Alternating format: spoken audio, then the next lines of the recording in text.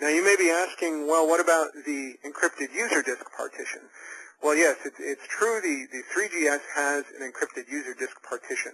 The good news, I guess, for the law enforcement community is that it was designed in such a way that it automatically decrypts the entire user disk partition when any process wants to talk to it.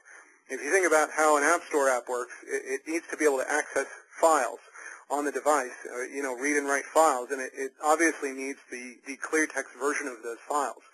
So when you go to request the raw disk of the iPhone, the hardware encryption is polite enough to go and decrypt the entire disk image before sending it to you. So it's almost as if there really is no encryption on the device. Apple really only marketed the encryption that's on the device as a means of performing a quick secure erase. And that does work in that when you do a secure erase on the phone, all it does is it drops whatever encryption key it had, and it goes and creates a new key. It doesn't have to actually wipe over your old data. It just loses the key, which essentially leaves you with just a bunch of junk on disk. So that feature does work. But in terms of recovering a user's deleted data, user's private data, even a user's live data that's on the file system, that's all still exposed essentially to anyone that knows how to get at it. So I'm not going to sit here and make you watch this transfer. I'm going to go and kill the recover process, and I'm going to kill the USB MUX proxy process. I'm not really that slow a typer. I'm doing this with one hand while I'm holding the phone. So, but you can see here, what we got from it. I think that's about 3 gig worth. I'm going to delete that. I do have an example though that I'm going to show you here. Now, once you obtain the raw disk of the 3GS, the phone itself will automatically reboot, and at that point it will load in the secure kernel that was most likely installed on the iPhone when the user bought it or when they last upgraded. Everything is still intact on disk. So when the phone reboots, your secure kernel is going to be back. It's not going to allow any live recovery agent or anything to run if you connect to it, although you can remove the agent if you choose to. So the phone is essentially back into the state that it was when you got it. We haven't written over any user data, but what we have done is we've taken a live recovery. Now, the difference between the recoveries that we used to do, which were offline, and a live recovery, is that the user disk is still mounted by the phone. It's still live, and so just like when you image a RAID, for example, you're going to get a mounted live file system. You could even call it a dirty file system. After you transfer it to your desktop, you can take an MD5 hash of it, or SHA, or whatever you like to use. But while it's in progress, if you try and do that, obviously it's going to continue changing. The iPhone's it's a Unix operating system, so it's always syslogging something. It's got a baseband log. It's always making little writes periodically to its own disk. There's nothing you can do about that, just like there's nothing you can do about a live RAID system that you're trying to image. So the only thing you really can do is take a checksum once you've finished acquiring the image. So you get this live image now, and I guess I can walk you through a little bit of it. For those of you who've been on previous webcasts, you've probably seen some of this before, but I'll show you anyway. This is an example of the raw disk image that you would obtain from an iPhone. This is one that we use in the classroom when I do forensics workshops. If you rename it, you could open this up in something like Encase or FTK, or there's another tool I'm told does a very good job called X-Ways that you can mount this in. But if you've got a Mac, which you do if you're doing this, then you can just also rename it to a DMG. Obviously, this would be a copy. And once you've got it renamed to a DMG file, you can just mount it. You can mount it as read-only using the command line, or you can lock it and then double-click on it, or whatever you're in the mood to do. But when you go to mount it, it'll actually mount it as a file system right in your Finder. And this, what we're looking at here, is an example of the live file system of an iPhone, of our classroom iPhone. And you can see all the files here, the live files. We'll take a look. If you go into mobile media, the DCIM folder, has photos that were taken with the built-in camera, and I'll open that up with preview here. Oh, there it is. And we couldn't get any precincts to loan us, a pound of coke or anything to do up a real suspect, so we used the next best thing to crack, which was Dunkin' Donuts. And, you can see here, this is just a picture that was taken. Preview has a nice built-in EXIF tag examination tool. It's a little inspector. And as is the case with most photos taken on the iPhone, unless you tell it not to, it's going to embed geotags in it. So we know the exact location that this is the latitude and longitude that this photo was taken at. I get a lot of drug cases that come in that I process, and a lot of time you'll get pictures of someone's drug stash, a dealer's stash, which he wants to use to broker some deal with some other dealer, and he won't realize that the GPS coordinates of where he took that that they're actually embedded right in the picture. So, and not only here do you have longitude, latitude, timestamps, and all that, but if you click on this little locate button here, it'll even launch Google Maps, and it'll show you exactly where that photo was taken. And in this case, this is the location of a Dunkin' Donuts nearby that I actually filmed this contraband at. There's certainly a lot of evidence you can get off of the live file system. And I'll show you a couple more things here before I show you the deleted data. Along with that, you've got user email. There is an envelope index database, and if you load that up into any good old SQLite browser, I use one called SQLite Database Browser. It's freeware. You can actually just go and browse the mail database, and if you take a look in messages, for example, this is just some sample data that we put together for the classroom demonstrations. You can see the subject, who sent it, who it was sent to, timestamps. Those are, I believe, Unix timestamps to when they were sent, whether or not the message was read. You can jump over to message data, and you can see the actual message data from each email message. One of the nice things about SQLite database browsers is you can just go to File, Export, and you can save it as a CSV, load it right into Excel, which is nice. Let's see, all your typical databases. You've got address book here. If we load this up into the browser again, we can browse the address book and look at, for example, AB person. This is based on an example of a drug case that I processed last year, where the dealer had actually named all of the guys in his phone book to have the last name Rad, and all of the women have the last name Ho, and he did that, of course, to mask their identities and whatnot. You can see here you've got first name, last name, organization. This is just some sample data, like I said. And then if you go to the AB multi-value field, you can see email addresses, phone numbers, the same stuff you would see if you were looking at the address book application. So all that basic data is there. One of the other things that you're going to find, and I've talked about this a lot, I've actually requested several times that Apple fix this problem, but it's a keyboard logger cache. And you may not know, but there's a little keyboard logger on every iPhone that essentially records a majority of what into any text field.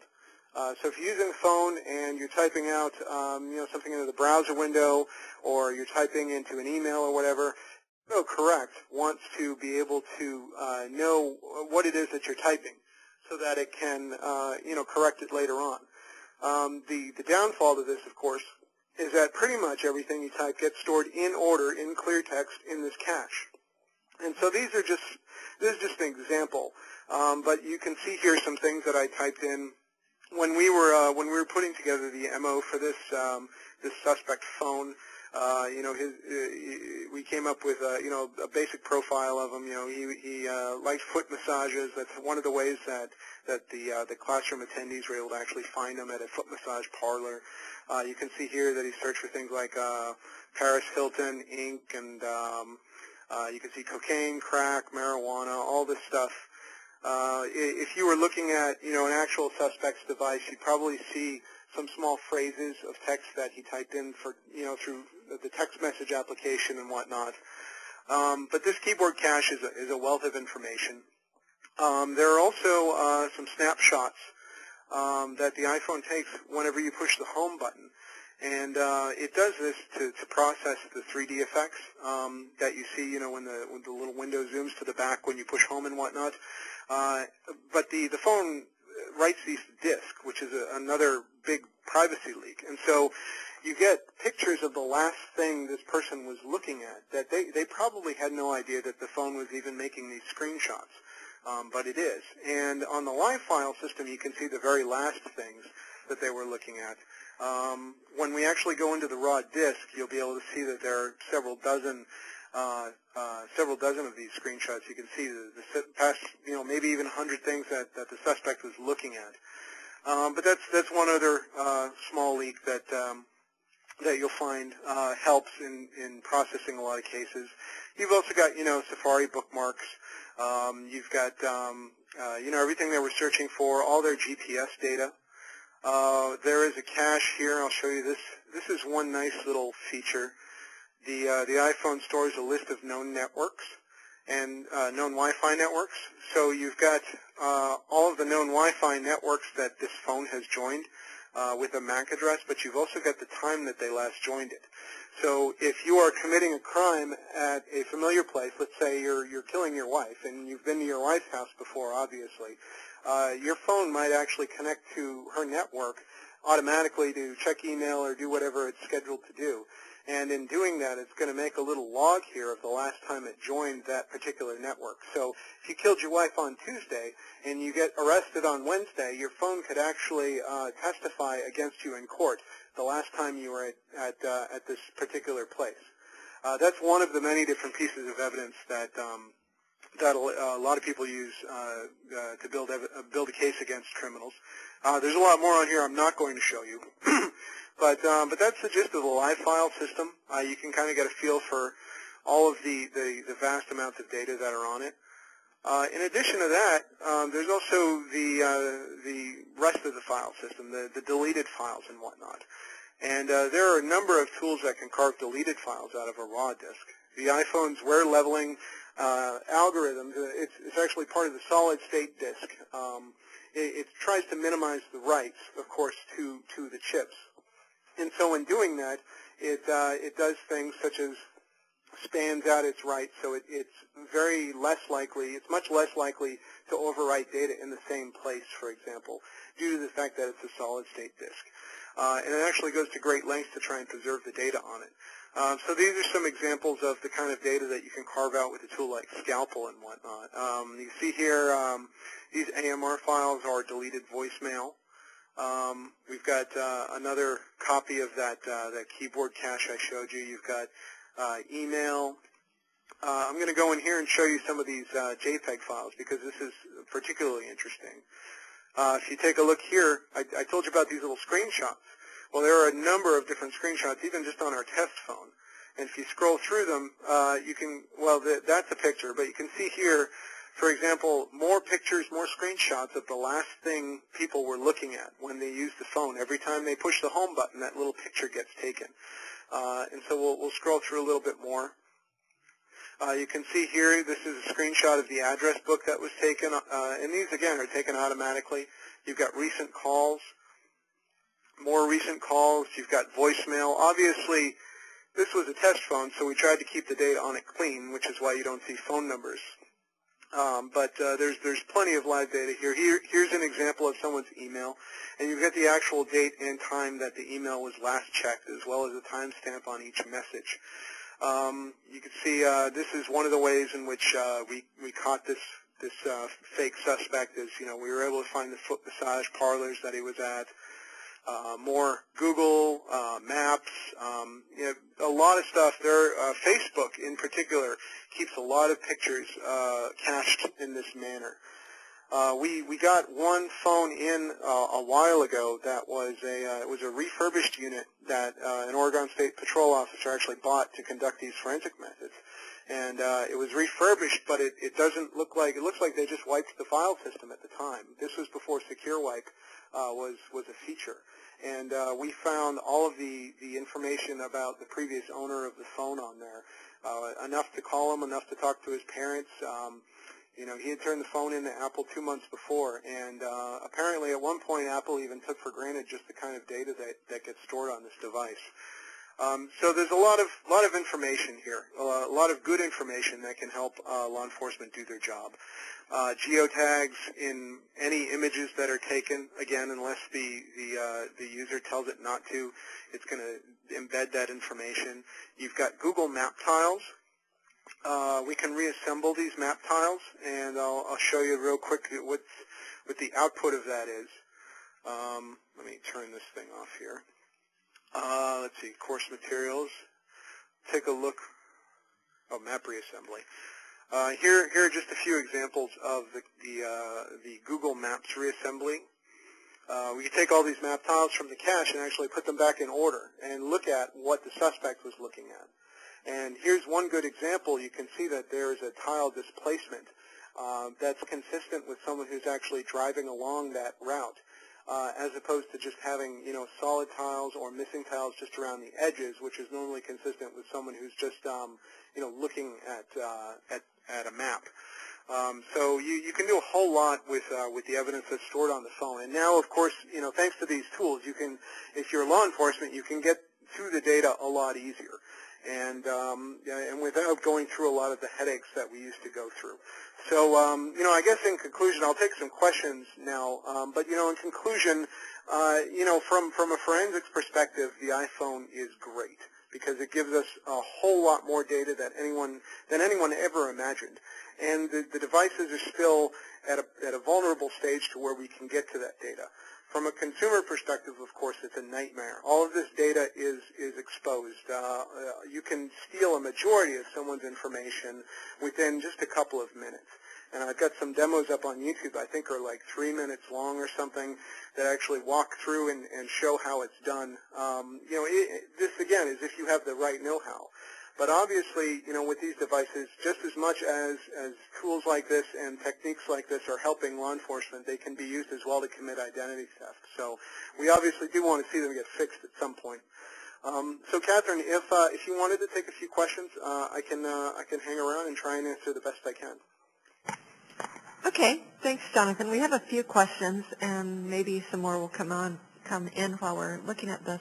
The first one is one back when you were in the first part of your webcast, and let me get my file back. Peter was asking if you were talking about a lot of tools that you would be publishing openly in the future, or he says, can you give any information on when this information will be published openly? And he said that you were hinting that it would be in the future. Sure. Well, right now we're kind of waiting just to get all of the editing process done and whatnot. The iPhone forensics book sold pretty well, but surprisingly, it sold e-copies better than it sold print copies. So this next book is going to be released as a Kindle edition book. I think we'll also have a PDF. But it's already in the pipeline up to version 3.0. Once that actually gets done, going through the process, we'll be able to refresh that as well. I'm not sure exactly how the mechanics work, but I'm pretty sure that we can release updates to people who have already bought it, so we can send them the 3.1, for example, after that gets through the process. But it's in the editing process. The book is complete. It's just a matter of getting it through all the different channels and whatnot at O'Reilly and going through the Amazon sales channels. So it's soon. I wouldn't say imminent, but I'd say within maybe the next month or two, we'll see the first version of that come out, and the second version hopefully should follow after that. Okay, excellent. And then Kim just asked if the techniques that you just showed will work on the iTouch as well. The techniques will. I don't really do iTouch specifically, so that if you wanted to implement techniques like this, you'd have to kind of roll your own. You can use these same techniques. A lot of these techniques are used in tools like Red Snow and other jailbreaking tools. For example, the part where the boot chain is interrupted. I know right now even the dev team has not yet pushed out a jailbreak for 3.1. So this tool, for example, Inject Green, which is specific to the 3GS. While they can release the 2G and 3G, we need to get them a copy of this Inject Green tool, or wait for them to produce their own solution before you'll see them. But when they do finally push them out, though, a lot of those techniques can be taken from these open source tools or from source code that they publish if you wanted to roll your own iTouch version.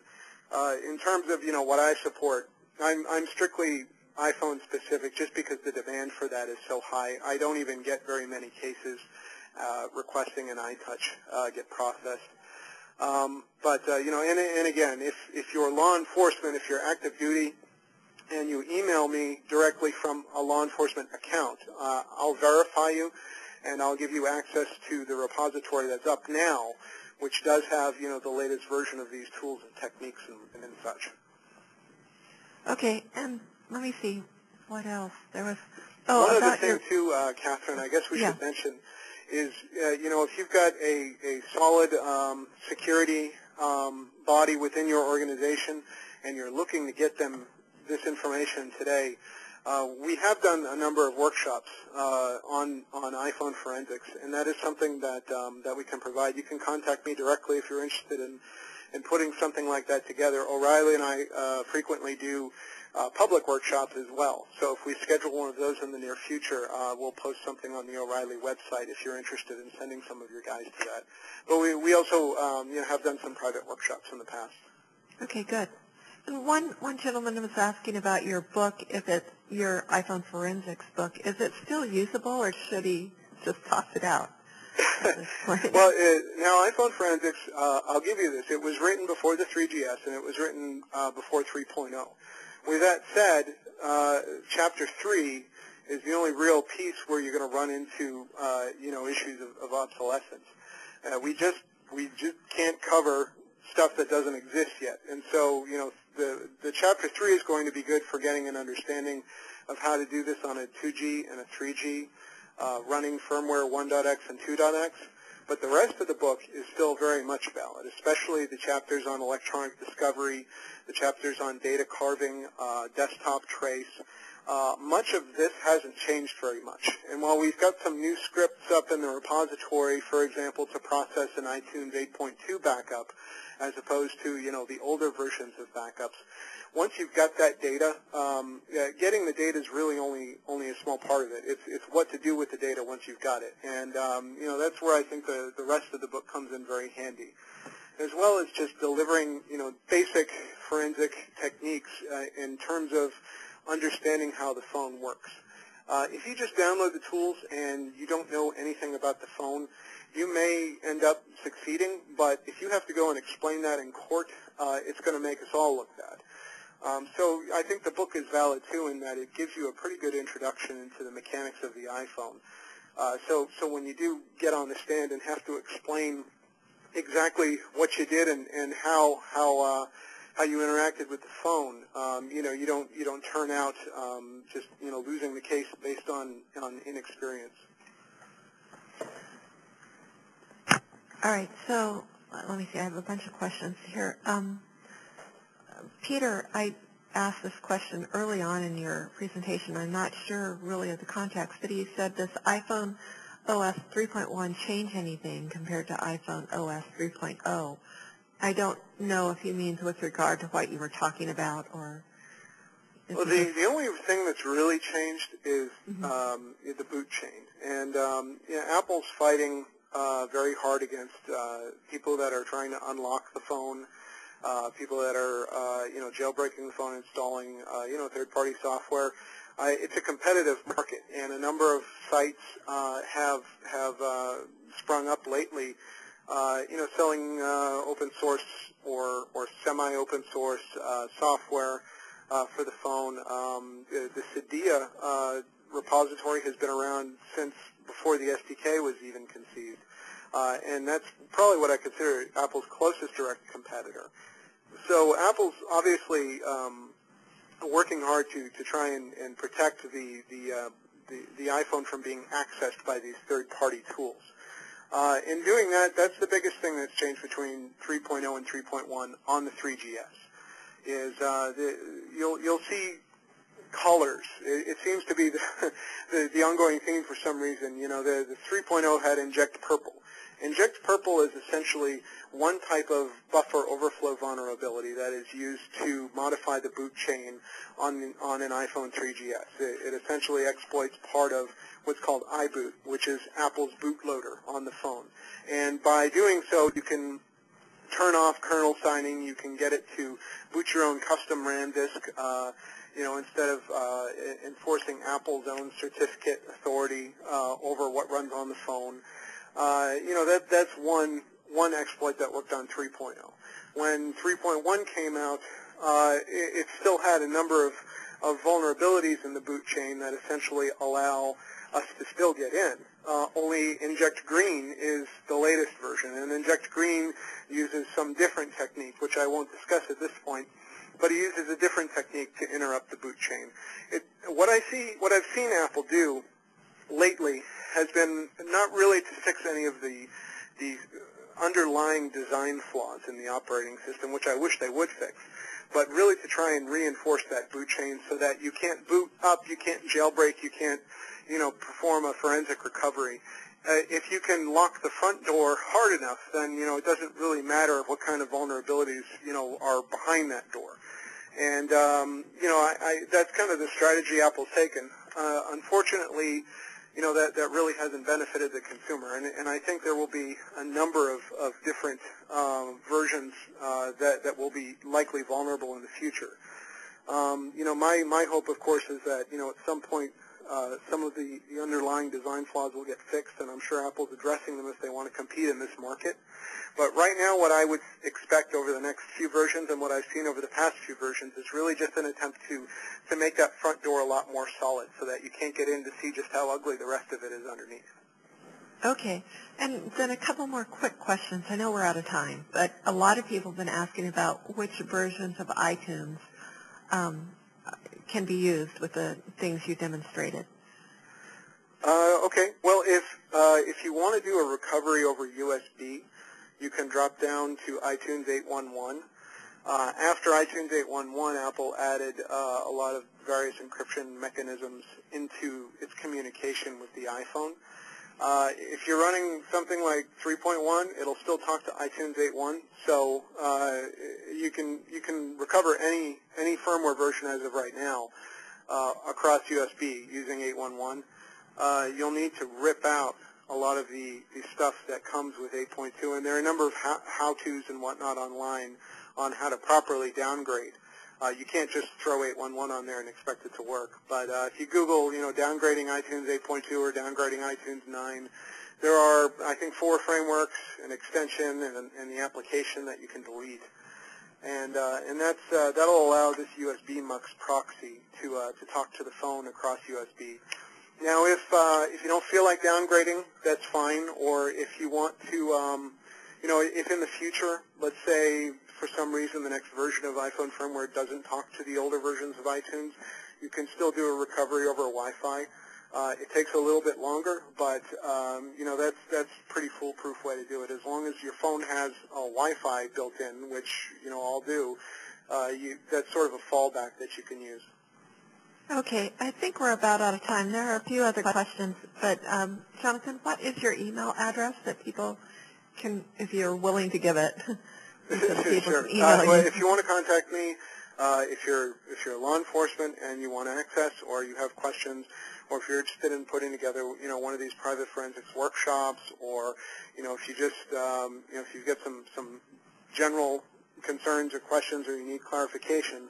Let me know. My email address is jonathan@zdziarski.com. You can get the spelling by looking at the screen there. I just put it in the chat room. Yeah, or just if you Google something like iPhone forensics, my name is likely to come up. Yes, it is. And so thank you very much, Jonathan. That was great. And thank you for doing it. And people are asking how you can copy the chat room. Excuse me. To do so, you can't do select all anymore on a Mac, but if you put your cursor at the bottom and then at the top, or just scroll through it. You can select the whole thing. It's not as easy as it once was. But you can copy it and then paste it into a text file. And if you don't get a chance to do that, you can also email me at webcast@O'Reilly.com, and I will be glad to, yes, Mac users have it tough. But it's getting better. But you can email me at webcast@O'Reilly.com, and I will be glad to send you a copy of the file. Also, we'll have the recording available in just a couple days, and I'll send you all a link to let you know that when you can replay it, how you can view it. So thank you, everyone, and thank you, Jonathan, and I hope you all join us again. I'm closing out the chat room now. Thanks, everyone. Bye.